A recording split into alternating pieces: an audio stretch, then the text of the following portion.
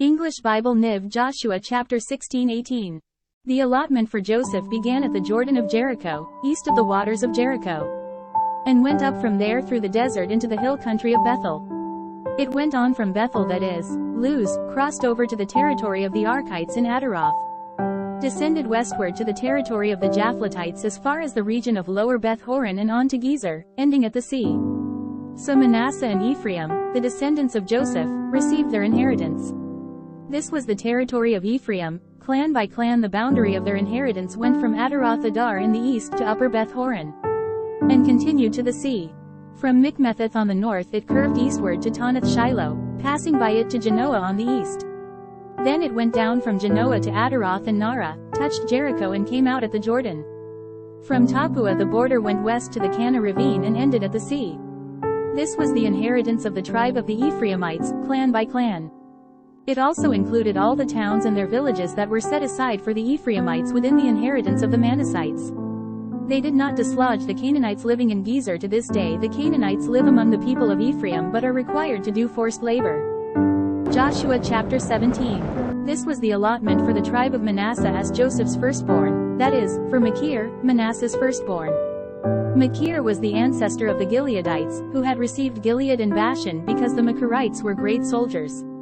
So this allotment was for the rest of the people of Manasseh, the clans of Abiezer, Helek, Asriel, Shechem, Hepher and Shemitah. These are the other male descendants of Manasseh son of Joseph by their clans.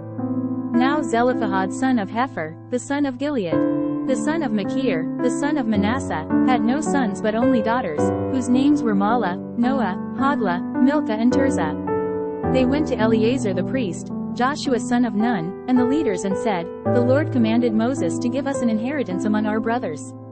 So Joshua gave them an inheritance along with the brothers of their father, according to the Lord's command. Manasseh's share consisted of 10 tracts of land besides Gilead and Bashan east of the Jordan, because the daughters of the tribe of Manasseh received an inheritance among the sons. The land of Gilead belonged to the rest of the descendants of Manasseh. The territory of Manasseh extended from Asher to Mikmetheth east of Shechem. The boundary ran southward from there to include the people living at En-Tappuah. Manasseh had the land of Tappuah, but Tappuah itself, on the boundary of Manasseh, belonged to the Ephraimites. Then the boundary continued south to the Kana ravine. There were towns belonging to Ephraim lying among the towns of Manasseh, but the boundary of Manasseh was the northern side of the ravine and ended at the sea. On the south the land belonged to Ephraim, on the north to Manasseh. The territory of Manasseh reached the sea and bordered Asher on the north and Issachar on the east. Within Issachar and Asher, Manasseh also had Beth-shan, Ibilim and the people of Dor, Endor, Tanakh and Megiddo, together with their surrounding settlements. The third in the list is Naphath. Yet the Manassites were not able to occupy these towns, for the Canaanites were determined to live in that region. However, when the Israelites grew stronger, they subjected the Canaanites to forced labor but did not drive them out completely. The people of Joseph said to Joshua, "Why have you given us only one allotment and one portion for an inheritance? We are a numerous people and the Lord has blessed us abundantly." "If you are so numerous," Joshua answered, "and if the hill country of Ephraim is too small for you, go up into the forest and clear land for yourselves there in the land of the Perizzites and Rephet." The people of Joseph replied, "The hill country is not enough for us. And all the Canaanites who live in the plain have iron chariots, both those in Beth-shan and its settlements and those in the valley of Jezreel." But Joshua said to the house of Joseph, to Ephraim and Manasseh, "You are numerous and very powerful. You will have not only one allotment, but the forested hill country as well. Clear it, and its farthest limits will be yours. Though the Canaanites have iron chariots and though they are strong, you can drive them out." Joshua chapter 18. The whole assembly of the Israelites gathered at Shiloh and set up the tent of meeting there. The country was brought under their control. But there were still 7 Israelite tribes who had not yet received their inheritance. So Joshua said to the Israelites, "How long will you wait before you begin to take possession of the land that the Lord, the God of your fathers, has given you? Appoint 3 men from each tribe. I will send them out to make a survey of the land and to write a description of it, according to the inheritance of each. Then they will return to me. You are to divide the land into 7 parts. Judah is to remain in its territory on the south and the house of Joseph in its territory on the north. After you have written descriptions of the 7 parts of the land, Bring them here to me and I will cast lots for you in the presence of the Lord our God.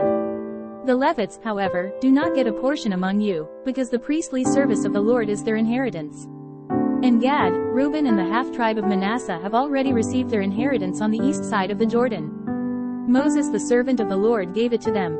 As the men started on their way to map out the land, Joshua instructed them, "Go and make a survey of the land and write a description of it. Then return to me, and I will cast lots for you here at Shiloh in the presence of the Lord." So the men left and went through the land. They wrote its description on a scroll, town by town, in 7 parts, and returned to Joshua in the camp at Shiloh. Joshua then cast lots for them in Shiloh in the presence of the Lord, and there he distributed the land to the Israelites according to their tribal divisions. The lot came up for the tribe of Benjamin, clan by clan. Their allotted territory lay between the tribes of Judah and Joseph. On the north side their boundary began at the Jordan, passed the northern slope of Jericho and headed west into the hill country, coming out at the desert of Beth-aven. From there it crossed to the south slope of Luz, that is, Bethel, and went down to Adaroth Adar on the hill south of Lower Beth Horon. From the hill facing Beth Horon on the south the boundary turned south along the western side and came out at Kiriath Baal. That is, Kiriath Jearim, a town of the people of Judah. This was the western side. The southern side began at the outskirts of Kiriath Jearim on the west, and the boundary came out at the spring of the waters of Nephtoah. The boundary went down to the foot of the hill facing the valley of Ben Hinnom, north of the valley of Rephaim. It continued down the Hinnom valley along the southern slope of the Jebusite city and so to En Rogel. It then curved north, went to En Shemesh, continued to Geliloth, which faces the pass of Adumim, and ran down to the stone of Bohan son of Reuben. It continued to the northern slope of Beth Arabah and on down into the Arabah. It then went to the northern slope of Beth Hog. It then went to the northern slope of Beth Hogla and came out at the northern bay of the Salt Sea, at the mouth of the Jordan in the south. This was the southern boundary. The Jordan formed the boundary on the eastern side. These were the boundaries that marked out the inheritance of the clans of Benjamin on all sides. The tribe of Benjamin, clan by clan, had the following cities: Jericho, Beth Hogla, Emek Keziz, Beth Arabah, Zemaraim, Bethel, Avim, Perah, Ophrah, Kepharammoni, Ophni and Geba, 12 towns and their villages.